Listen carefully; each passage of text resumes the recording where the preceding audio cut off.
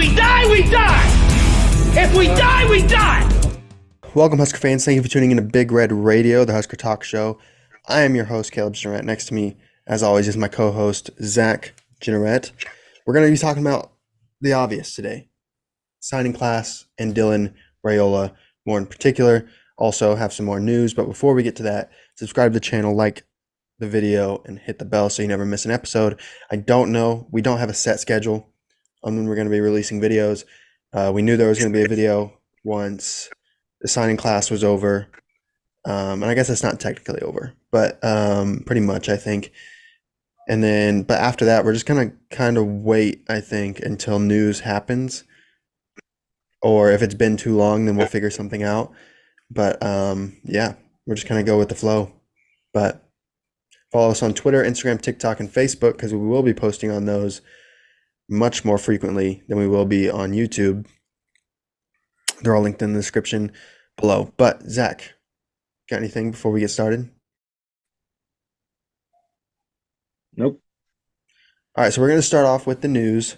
The most recent news is Chubba Purdy is transferring. A lot of people think Boise State, but that's different than what we're talking about today. I just think it sucks that he had to leave, but honestly, I expected it either now or in the spring, especially because he has 2 years.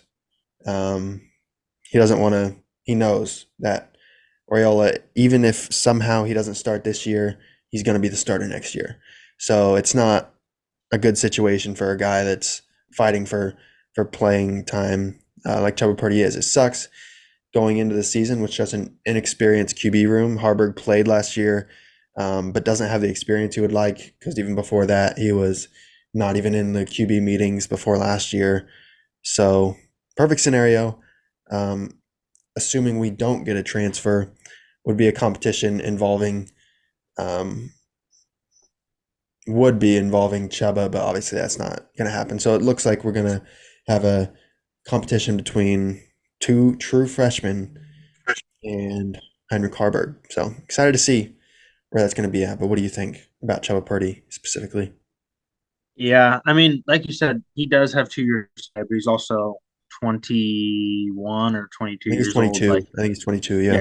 I mean, at the end of his college career, he's not going to make leaps and bounds in the next 2 years than what he is now. I'm not saying he wasn't good for us, because he was. Obviously, kept us in the Wisconsin game, kept us in the Iowa game. So he's good for what he is, but you also have to know what he is, right? So I think Raiola wins the spot over him this year. He's right there with Kalen at that backup spot. He's a great backup. He's a great guy to have in the room, but at the same time, like, it's not a super bad thing to happen. But at the same time, it does suck, because he obviously never did bad for the program and helped us last year quite a bit. Yeah.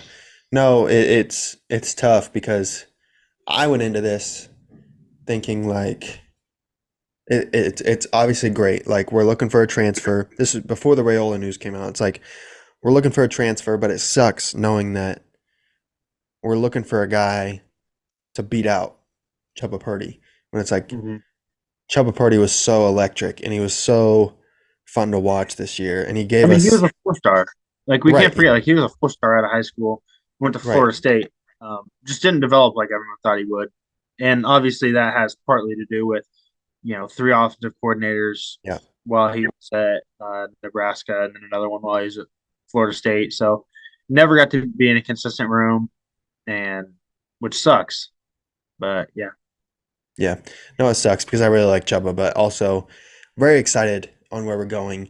Obviously, we're going to talk about Dylan Raiola, but before we get to that, I want to talk about our favorite commit not named Dylan Raiola. Do you have one, or do you want me to go first?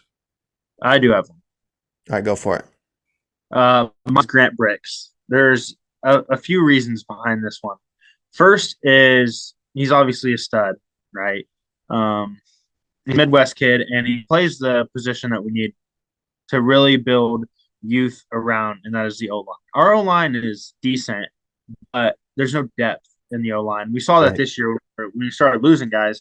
The O-line suffered because we don't have the depth. Now we have that depth there, and you're getting young guys in there that can build around it. But honestly, my most favorite part, that the Iowa Hawkeyes got 6 of the top 7 recruits out of Iowa, but couldn't land number 1 because that was Grant Bricks, and he chose Nebraska over Iowa. Something's moving around here at Nebraska. There was actually another 4-star offensive tackle, I believe, that's walking on, and so I think it's a 3-star. 4-star from Vegas. If there's a 3-star walking onto your program, he has scholarship offers elsewhere. Yeah, something's in the right direction. But Grant Bricks is definitely my number 1 out of this class. Yeah, no, it's definitely good to see good offensive linemen because we got obviously Grant Bricks, but we also have the best player who's an interior guy, I think, from Hawaii. He's the best player in Hawaii. Yeah. He's a 4-star. We have the guy from Vegas that you just mentioned, and we have more coming in as well, and it's great. Gibson Piles, another guy from Texas. It's great to see these guys coming, and it's not like Scott Frost. The way he recruited offensive linemen was, I think, mostly size related. Like you see Teddy Prohaska, like 6'10". You got guys like Turner Cochran, like 6. I think he's like 6'8". And now you're seeing guys that maybe the technique is a little more refined. They're stronger. They're more wide set, and it's great to see because Matt Rule knows what he's doing when it comes to offensive line. But my favorite recruit, not named Dylan Raiola, is Carter Nelson. So he's super dynamic. I mean, Rule used the word positionless when you're describing him. If you watch highlights of him, he is ridiculous. He played quarterback, running back, and receiver this year in high school. Looks like he's going to be a tight end. Wouldn't be surprised. He also played. I know it's a little different because it's 8-man, but he also played D-line. He played linebacker, and he played defensive back, which is obviously it's a little different because it's 8-man. So things, but same time, that's pretty good. No, he's literally positionless, and I love that. It's kind of similar to how Malachi Coleman was coming in last year, where wherever you put him, he's going to be extremely dynamic. And I think Carter Nelson, the best part about him is he's from Nebraska. The staff loves him, and I think he can be a player day one. He can split out wide. He can play inside, rotate in with Fedoni and Borkature. Maybe he plays those 4 games in red shirts, but I'm excited to see what Carter Nelson can do this year and in the future as well, especially with a guy like Dylan Raiola, who we're going to talk about next, throwing it to him. So I got a few things about Dylan Raiola, and I'll let you talk about this too, but I'll go first. I think the most important thing, obviously, 5-star quarterback, you're always going to take him. It's like not even a question. If things go right, you're set there for at least 3 years. But for me, I look at it as I don't care who you are. If you're a 5-star, you're only coming to a program if they're headed in the right direction. You're not going to risk NFL talent on a team like Indiana, where you're going to maybe it ends up well, maybe it doesn't.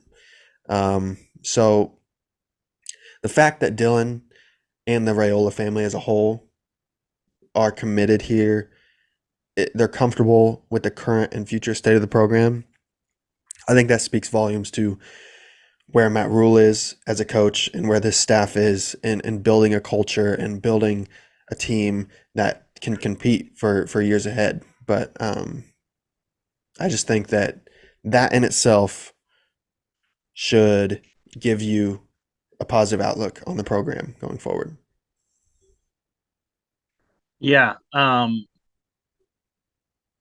Biggest thing for me, I know a lot of people are talking about the fact that he went to so many different high schools and he's flipped from so many different schools.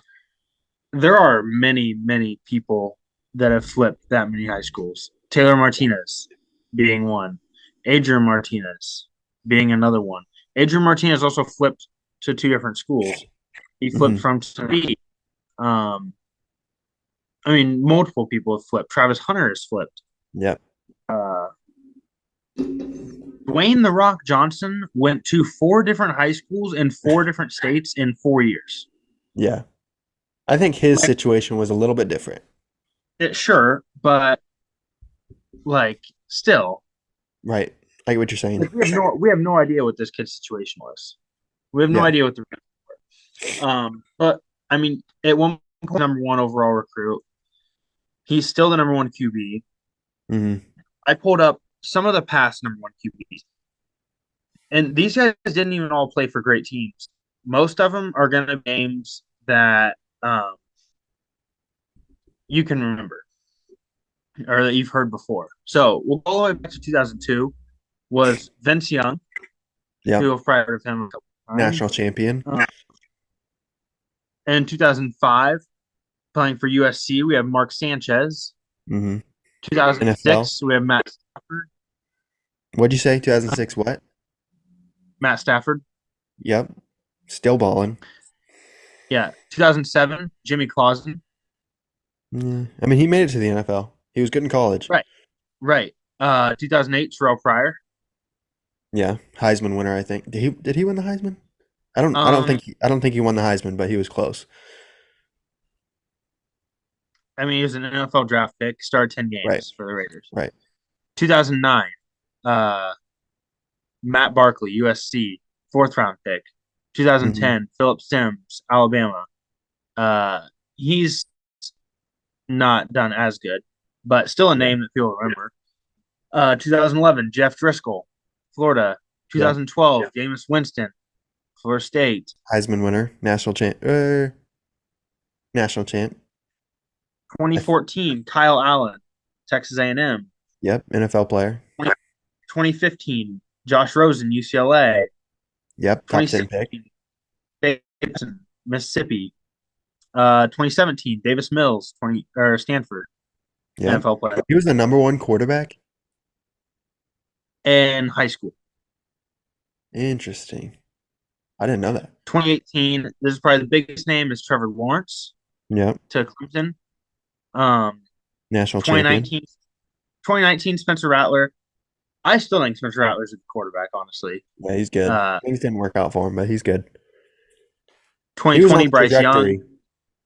Yep. Yeah. Heisman winner, national champion. And then 2021, Quinn Ewers. So in the playoff, right? Looking. So it's like, yeah. It's title, but he's in pretty good company, being the number 1 quarterback in the class. Like out of the last 20 years, we can count like that didn't make the NFL. Maybe like 3, 2. Okay, Max Brown, Southern Cal. Mm-hmm. USC. In 2013. Yeah. Philip Sims, 2010. Mm-hmm.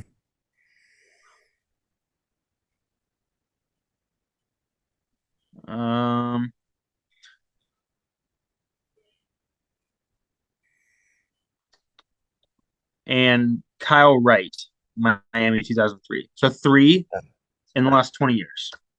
And obviously, we don't know if technically. Right, we're still. I mean, there's still guys in college. The NFL draft, but I'd be willing to bet a lot of money that Quinn Ewers is going to go to the NFL. Who was the number 1 quarterback last year? I think was Drew Aller? Arch Manning. Was Drew Aller the number 1 guy? No, I actually saw something on Penn State. Speaking of Drew Aller, who is it actually has something to do with Drew Aller. Who was number 1 guy? What, last year? No, before Arch Manning and after Quinn Ewers, because I think there's a gap. No, or yeah, there would be. Let me see. Positions. I'm looking at On3. So this year, technically, Raiola is not even the number 1 quarterback on On3, but everywhere else he is. So, right. 2022 was Cade Klubnik, who been okay. I mean, he started as a freshman. But I saw something for sure. This is entirely unrelated, kinda, to Nebraska, but people believe James Franklin may be buying recruiting stars to up his classes. Really? Seemingly, Drew Aller went from a low 4-star prospect to a 5-star prospect as soon as he committed to Penn State last year. This year, Drew Aller? yeah. Hmm. This year, Penn State tight end, a 3-star prospect in March. He is now a 5-star prospect after committing to Penn State. Interesting. That is really interesting. Who knows? 3 to 5 is huge. 3 to 5 That is huge. That's crazy. astronomical. But also, I mean, some of the guys that Matt Rule has recruited in the past, I'm trying to think of an example. But some of the guys in this class, when Matt Rule offered them, they didn't have any stars. And now they're up to like 3 I stars. get that. That's different. 0 to 3 is not nearly as big of a jump as Right. 3 to 5. Yeah. I mean, there's like 5-star prospects are like, there's like 10. you've known There's about this 10 guy. 5-star prospects pretty much each year. Right. Right. It's rare. You don't to be just a, you don't to be a just get to 5-star. be one. You don't just get to be one. Right. So getting into another reason why I like the commitment is I think this year it's not going to show a lot because he committed so late. He made that flip so late. I don't think anything is going to come the rest of this offseason. You could get guys like Julian Fleming is still out there. Evan, Seton. what is his name? Evan, is it Evan Nelson from Texas A&M? Oh yeah, Seton, the Raiola. offensive tackle. Yeah, That was committed. I think he's probably going somewhere else. It's possible. The running back out of Oregon. Yeah, I don't know how much that had to do with Raiola, but probably not. But I guarantee you, he's talking. Oh, sure. I mean, it definitely helps, but I think in years to come, depending on how he does next year, receivers are going to want to play with a star quarterback because, especially since he's so young, they can build that rapport with him throughout the years, and then defensive players don't have to worry about carrying the offense if they know it's in good hands for years to come. So it means so much more to a team like Nebraska to land a 5-star quarterback than Georgia, where he was committed before, because they're expected to have 5 stars everywhere. Where in Nebraska, you have a 5-star, you're like, oh, I'm going to go play with a 5-star and I'm going to build something. I'm going to build something at Nebraska. So I love that. And I think it's going to pay dividends for years to come. Do you think Nebraska lands a transfer quarterback? No.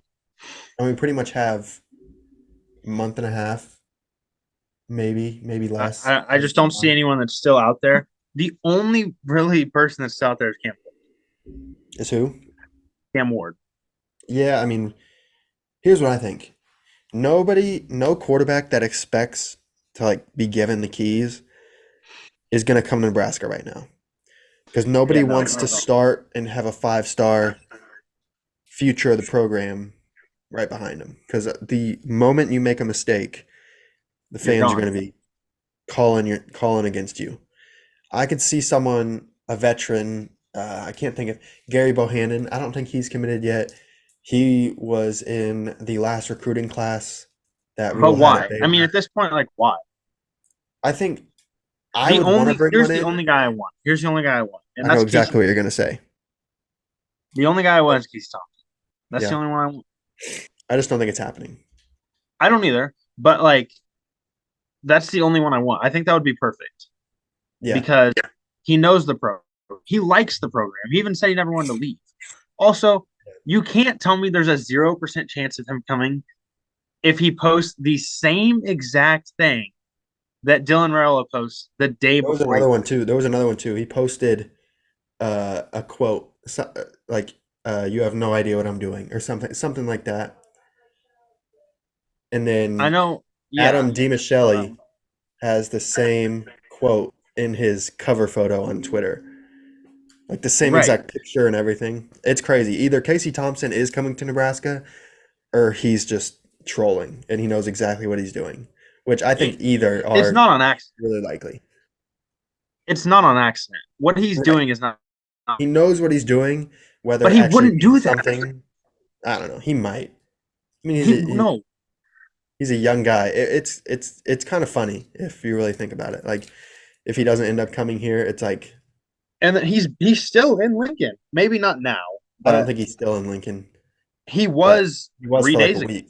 Yeah, He was 3 days ago yeah. I don't because he know. I posted don't. a picture of the only black quarterback besides Tommy Frazier, I believe, to be in the Nebraska Hall of Fame. Posted his jersey Yeah, on his Instagram story. It's like, dude, or it might have been the first black Nebraska quarterback. yeah. I don't know. He's obviously I would like it. Uh, That's the only one I want, really. I mean, I'll take a veteran if I would apparently say that's the only veteran I want that's not like a highly touted right, recruit at the transfer. right, Obviously would because want Cam Ward. Obviously would want, right. Malachi Nelson. And I think And Raiola is okay with a veteran coming in because apparently he was okay with Kyle McCord situation. Like he was fine if Kyle McCord was going to come to Nebraska. Turns out Kyle right. McCord probably wasn't, but Raiola Well, isn't afraid of competition. Kyle McCord was at the Syracuse game. Yeah, that didn't end well. No. Good luck, But I think it Kyle. pretty much solidifies that he just didn't want to compete, which I get. I get it. Casey I Thompson did the don't. same thing. So Casey I Thompson get it. didn't want to leave Nebraska. Right. And I think Kyle McCord wanted to come to Nebraska, but he doesn't want to risk his last year of eligibility on a competition that he might not win, I guess. especially with a 5-star right behind you. Like, you never want to be that quarterback. But if you're a quarterback like Casey Thompson, who, Okay, Casey also has to realize like he's not going to the draft. right, right, he's not. If he does go pro, it's not going to be. He's not gonna make it long. Like you got to realize that, and I think he'd be okay with getting into coaching if that's what he wants to do. Which I heard rumors that he's going to be a GA at Nebraska. That doesn't seem likely anymore because now he's in the transfer portal. So it seems like he still wants to play or at least compete. But I'm excited. So, what do you think the depth chart is going to look like next year? First game. At Who do you think at starts quarterback, at quarterback? if no one else comes in, If nobody else comes in, if the quarterback room stays the way it currently is, who is the day one starter? Dylan Raiola. I mean, that's pretty Agreed. simple. I mean, Here's Matt my Rule straight up said he throws the ball better than people he's seen at pro days. yeah. No, he's legit. The only thing I can see as being an issue is like the maturity level, the processing level, but also what The I've heard is he the has only other a person's Heinrich, and Heinrich's not going to start over. right. I've heard Dylan Raiola has like a photographic memory, so he can read defenses like crazy. So I'm fine with throwing Raiola. If we're fine with throwing Adrian Martinez in and he did well, I think we're going to be Dude, fine Adrian putting Martinez Raiola was in. in Heisman talks going into his freshman year. He was His in sophomore, Heisman sophomore, talks. sophomore, sophomore, I said going into his sophomore year. going into his sophomore year. Yeah, He was in Heisman talks. yeah.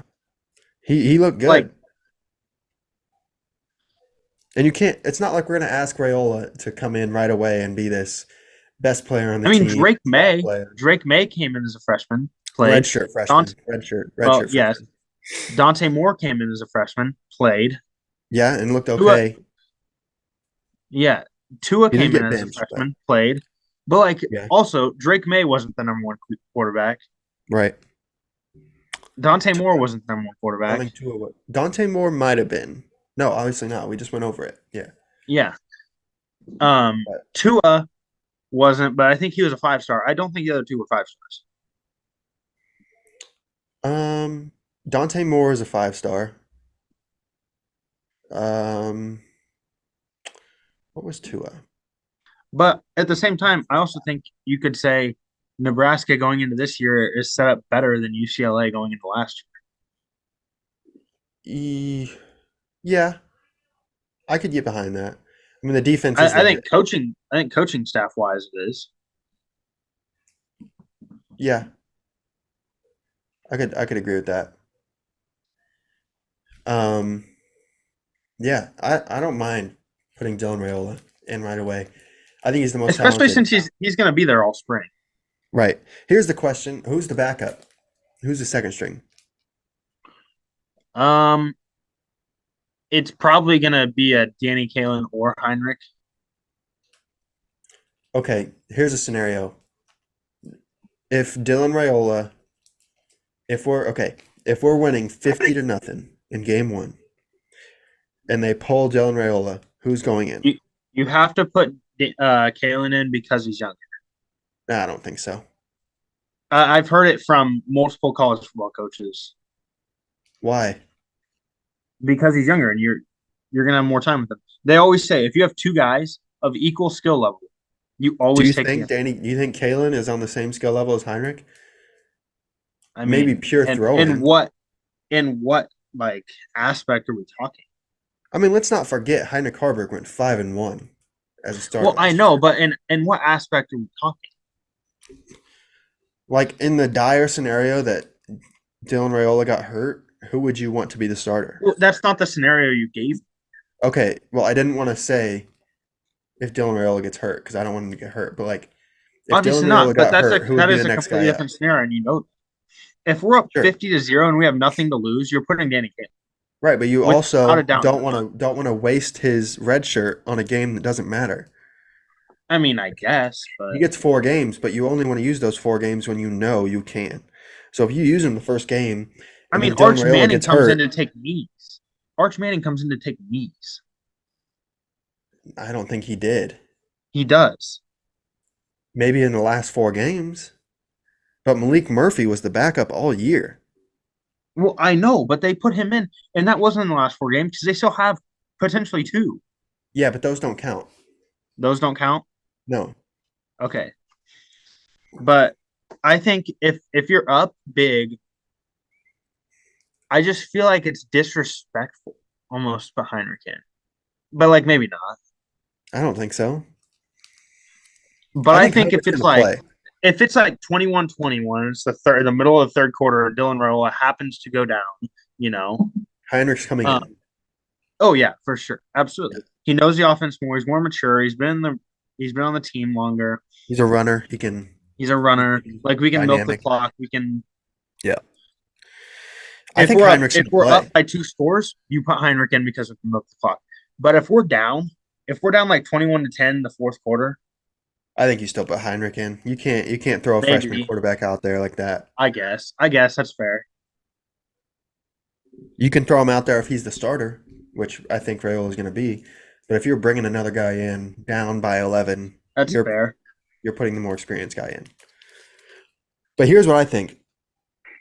I think Heinrich Harburg is going to play no matter what. Whether he's going to have special packages, whether he's going to play a little bit of tight end, whether he's going to play some, Yeah, I wing mean back roles. he's too big, fast, and strong to not play. Right. He's too dynamic not to play. I mean, he's Carter Nelson, maybe not as fast, maybe not as good as hands, but he can play anywhere. And you got to play him. And we saw it at the beginning of the year And when his he wasn't throwing, the starter. his He passing, played. if his passing gets better in the offseason, it could be like a 7 out of 10. I mean, it was pretty bad this year. I mean, this year was probably like a 5.5. The Out of best 10. thing Heinrich did for Nebraska is he didn't turn the ball over the first 4 games. I get that, but like you understand, he's obviously going to work on his throwing ability this Right. offseason. I think he's going to be fine. I think he's going to be great. It's going to be great to have Harburg in the QB room next year. I just don't know But I think you have how to much keep better he him can in the get. QB room. Oh, for sure. Like he's going to be a quarterback next year. I just Like think he's going last to year, we didn't at the play a beginning of the little year. bit. Last year, we didn't have him in the quarterback. I mean, he was a quarterback going into this year. Like he I was know the with Frost, he was not a quarterback. no, with Frost he wasn't, but with Rule said he's like, I didn't want to disrespect him by putting him in a tight end room. Like he's talented, like he's a quarterback. So he was a quarterback this year, and he played well enough to win 5 games. So I don't think I don't think you can just write him off. But I do think Raiola is more talented than anybody last year that we had. He's not going to be the dynamic runner that Jeff Sims, Chubba Purdy, or Heinrich Harburg were, but he throws it better than anybody. So But he's not slow. he's not slow. No, he can move. He's mobile, but he's not. He's not going to run read options. Which is fine with me, honestly, Right. No, that's great. because If we had Dylan that's Raiola not last year, Satterfield's offense. Right. That's not Satterfield's offense. Right. Satterfield's offense is power run, RPO, and Play action, short balls, seams. That's his offense. And I think that's kind of part of why he struggled last year. He wasn't running his own offense because we couldn't. Right. We had no one who could do it. Right. So you got anything else before we sign this off? I don't.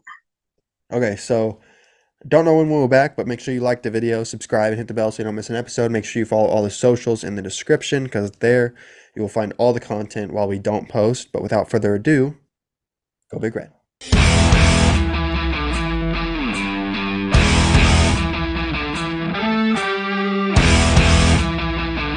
If we die, we die. If we die, we die.